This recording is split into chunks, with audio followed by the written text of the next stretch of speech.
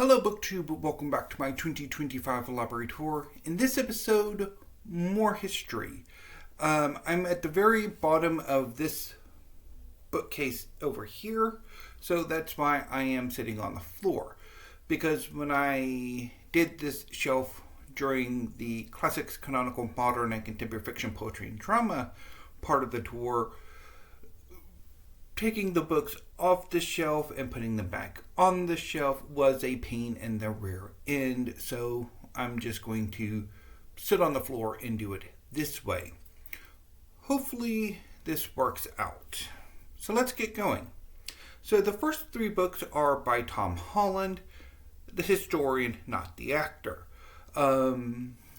These are three books that I am sorely contemplating getting rid of.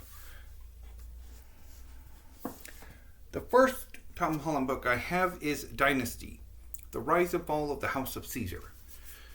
So this is a history of the Julio-Claudian dynasty, the first dynasty of emperors that ruled Rome from Augustus, although I think the book starts with Julius and ends with Nero, the last of the dynasty.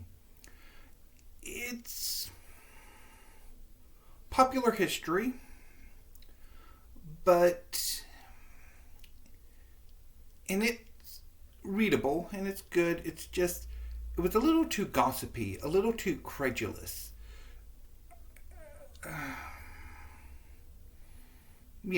So it's not necessarily a book that I'm going to revisit.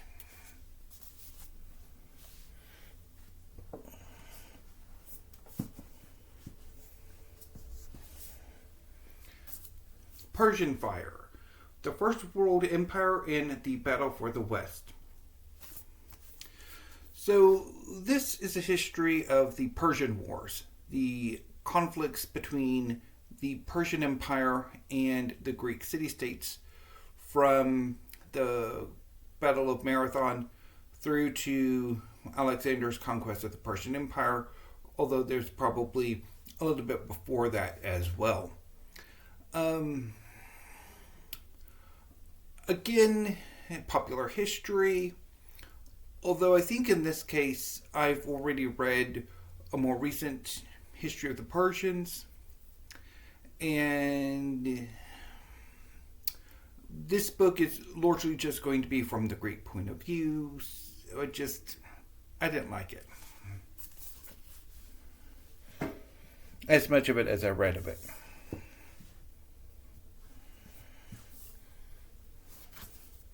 Dominion, the Making of the Western Mind. So I'm not entirely sure if this is just the history of the Christianization of Europe or like overview of Western history. I have not gotten around to this yet. I picked this up largely because I have been thinking about doing a project for a number of years now that is inspired by the Christianization of the Roman Empire and the subsequent destruction of the other religions of the Roman Empire. And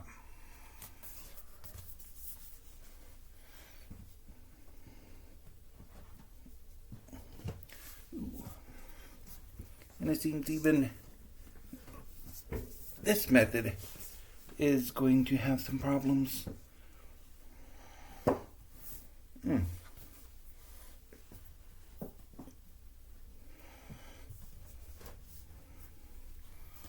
Medieval Foundations of England by G.O. Sales. I've had this for a number of years. Don't know much about it. Probably should get to it at some point or send it on its way.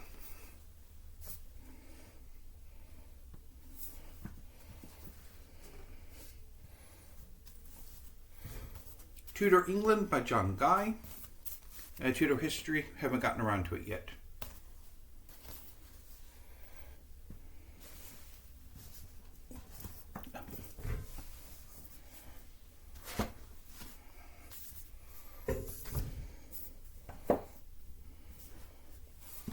Winter King, Henry VII and the Dawn of Tudor England by Thomas Penn. So this is a history of the reign of Henry VII, who was the first Tudor king, and how he changed the English monarchy. Really good book. I really enjoyed it. It's been a few years since I read it, though.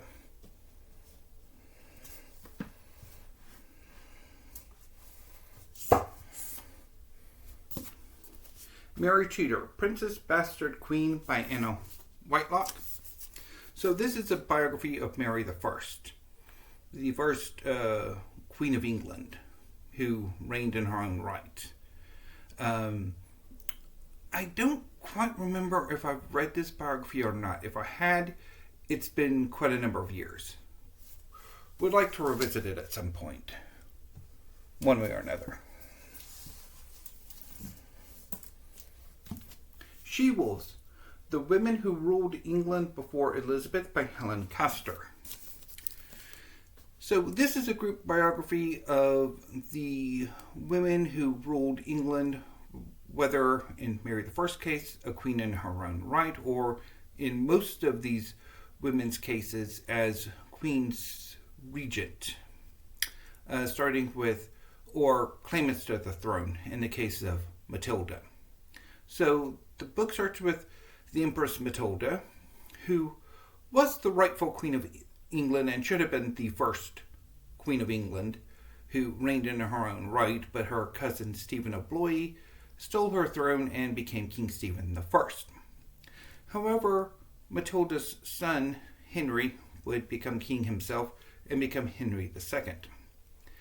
Henry II's queen, Eleanor of Aquitaine, would under the reign of her son, Richard I, be regent of England. So she would rule England in her son's name. And she pretty much ruled England for all of her son's reign because he was off fighting the Crusades, or was imprisoned, or was off on the continent trying to extend the Angevin Empire.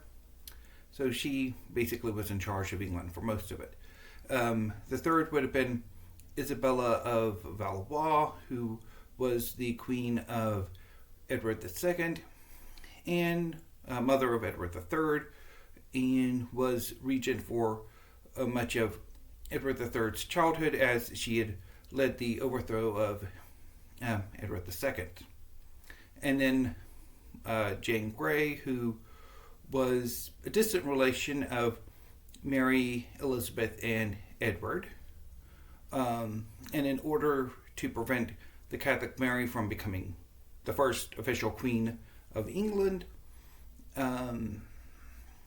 Edward tried to play around or his regents played around and tried to move the throne to Jane Grey. So essentially what ended up happening is how England got its first queen regnant was Edward VI had no heirs, male heirs. Like basically the next people in line, all of them were women. So this book has its moments of being interesting and has its moments of, well, I guess the writing could have been better, I think.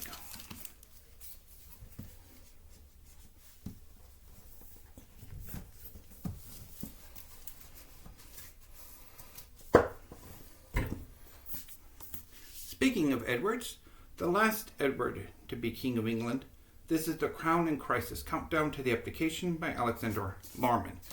So this is a history of Edward VIII's all too brief reign and his abdication to Mary Wallis Simpson, and the background politicking that went on that ensured Edward VIII's abdication.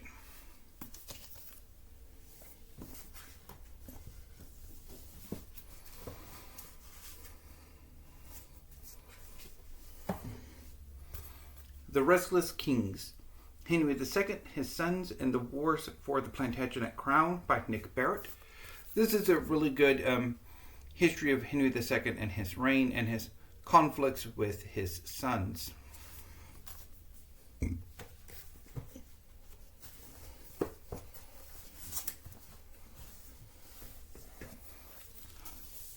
Prince Charles, The Passions and Paradoxes of an Improbable Life by Sally Bedell Smith. So this is a biography of King Charles III when he was still the Prince of Wales. Really good. Quite liked it.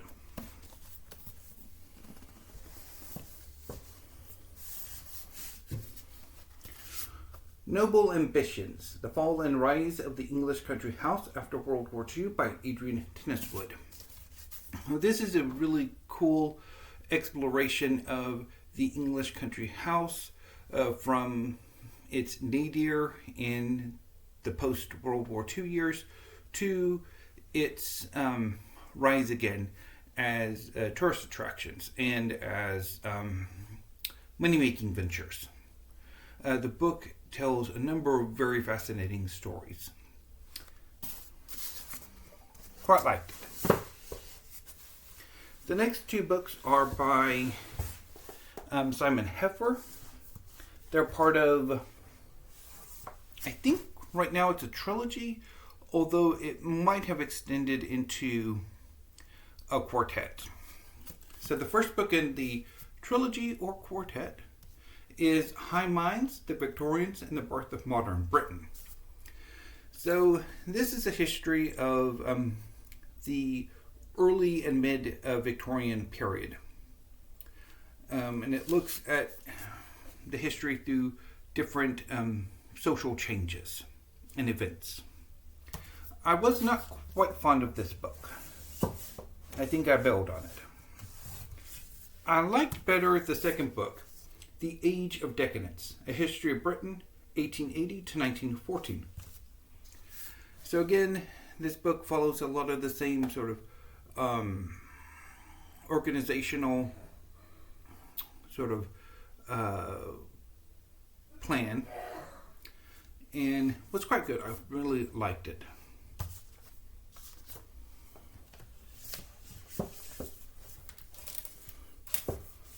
Sticking with the Victorians, A Victorious Century, the United Kingdom, 1800 to 1906 by David Kennedy. So this is a big overview of the Victorian period and a little bit before, so really the long 19th century. I don't remember if I tried this book or not. I might have tried it last year for Victober, or did I try it the year before? I don't remember, but I don't think I particularly got on with it. And finally, the last book on this shelf, The Last King of America, The Misunderstood Reign of George III by Andrew Roberts. So this is a massive biography of King George III, with the primary focus on arguing that George III is not as bad as he has been made out to be in the American educational system or in American historiography. That George III was a loving family man. He was very interested in the arts and sciences, and he patronized a lot of artists and scientific endeavors and that sort of thing. So really good rehabilitating biography of George III. I quite liked it. So that concludes that bookcase. Starting tomorrow, I will be moving on to this bookcase, so I will be having to figure out a way to film the top two shelves. I've already figured out how I'm going to do it. It's just a bit nerve-wracking because I have to balance my laptop on some small totes. Anyway, that's an issue for tomorrow. I will be back shortly with a tag video. For sure this time I already have the books for it piled up, and it should hopefully be quite a lot of fun.